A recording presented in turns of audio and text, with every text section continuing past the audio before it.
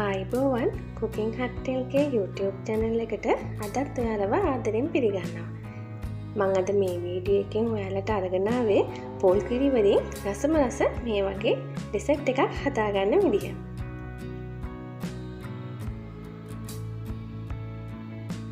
හරිම රසයි, ඒ වගේම ඉක්මනින්ම හදාගන්න පුළුවන්.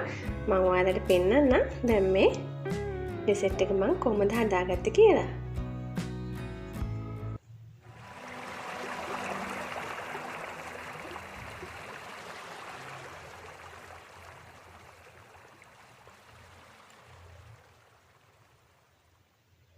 මම මුලින් සඳහන් කළා වගේ අපිට මේක ප්‍රධාන වශයෙන්ම අවශ්‍ය වෙන්නේ පොල් කිරි.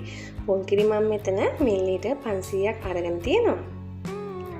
ඒකට මුලින්ම රසායන ලුණු කුඩු ස්වල්පයක් එකතු කරගන්න ඕනේ. ඒ වගේම ඊළඟට මම මේකට සීනි එකතු කරගන්නවා. සීනි මම එකතු කරගන්නේ මේස හැඳි 2යි.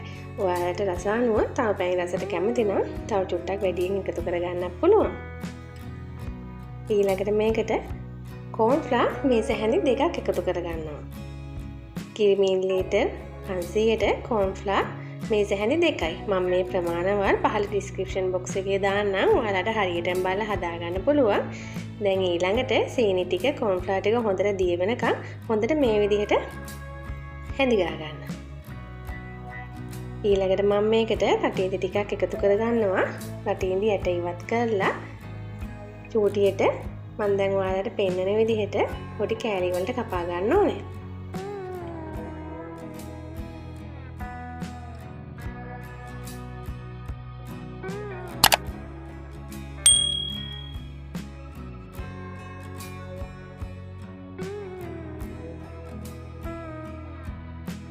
ඊළඟට මේ ඩෙසර්ට් එක දාගන්න භාජනයට මේ වගේ බටර් ටිකක් ගාලා සූදානම් කරලා පැත්තකින් තියාගන්නත් ඕනේ.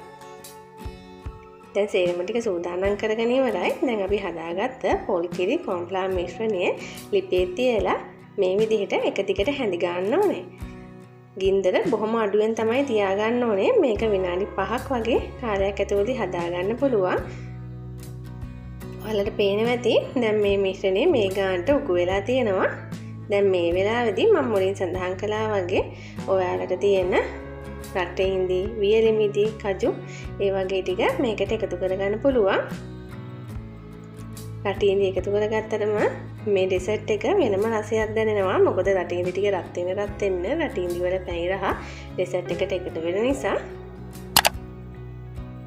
දැන් මේ විදිහට දිගටම හැඳි ගන්න. මම මේකට බටර් කිසිම දෙයක් එකතු කරන්නේ නැහැ. මොකද පොල් කිරි වල තියෙන තෙල් නිසා මේක අඩියට ඇල්ලීම සිදු වෙන්නේ නැහැ. එක දිගට හැඳි ගන්න. මම දැන් ඔයාලට පෙන්නන්නම් මේ විදිහට හැන්දෙන් එකට එකතු වෙන පදමට ආවහම මේ වගේ බෝල ඇවිල්ලා පිපුරෙනකොට ඔයාලට මේක ලිපෙන් බාගෙන අපි කලින් සූදානම් කරගත්ත තැටියට මේ විදිහට එකතු කරගන්න පුළුවන්.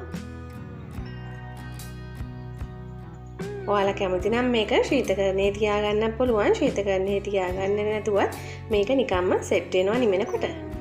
මේ විදිහට ගානට බැලන්ස් කරලා චුට්ටක් ටැප් කරගන්න. දැන් මේ තියෙන්නේ නිවුනට පස්සේ මම පොල් කිරි වලින් හදාගත්ත රසමලස ඩෙසර්ට් එක. මම මේක ශීතකරණයේ තියාගත්තේ නෑ. ඒත් ගානට සෙට් වෙලා තියෙනවා. දැන් මේක තියෙන්නේ ඔයාලට පිළිගන්නන්න රස බලන්න. මේ විදිහට කෑලි කපලා ඔයාලට මේක පිළිගන්නන්න පුළුවන්. හරිම රසයි.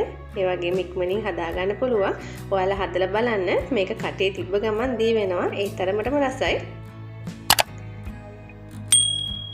මම මේකට අවශ්‍ය ද්‍රව්‍ය අවශ්‍ය ප්‍රමාණවත් මම මුලින් සඳහන් කළා වගේ පහළ ඩිස්ක්‍රිප්ෂන් බොක්ස් එකෙන් දාන්න. ඔයාලා මේ ප්‍රමාණවල අරගත්තොත් හරියටම මේ වීඩියෝ එක බලලා ඒ විදිහට රසටම කටේ දිය වෙන රස පොල් කිරි වලින් මේ වගේ පොඩින් එකක් හදාගන්න පුළුවන්. ඔයාලට පේනවා ඇති හරිම මෙලෙක්.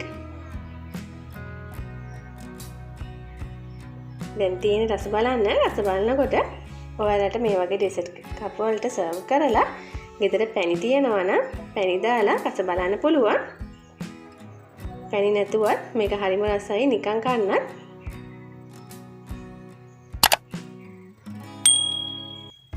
ඉතින් මේ තියෙන්නේ මම හදාගත්ත ඩෙසර්ට් එක. පොල් කිරි විතරයි අවශ්‍ය වුණේ. හරිම රසයි, ඒ වගේම ලස්සනයි. ඔයාලා හදලා බලන්න. මේ වගේ වීඩියෝ දිගටම බලන්න අපිත් එක්ක දිගටම එකතු වෙලා ඉන්න කියලා ආරාධනා කරනවා. අපිව තාම subscribe කරලා නැත්නම් අපිව subscribe කරලා දිගටම අපිත් එක්ක එකතු වෙලා ඉන්න. මේ වීඩියෝ එකට ඔයාලා කැමති නම් like එකක් දාන්නත් අමතක කරන්න එපා. ඔයාලගේ අදහසුත් කමෙන්ට් එකකින් තියන්න. ඔයාලා හැමෝටම සුබ දවසක්.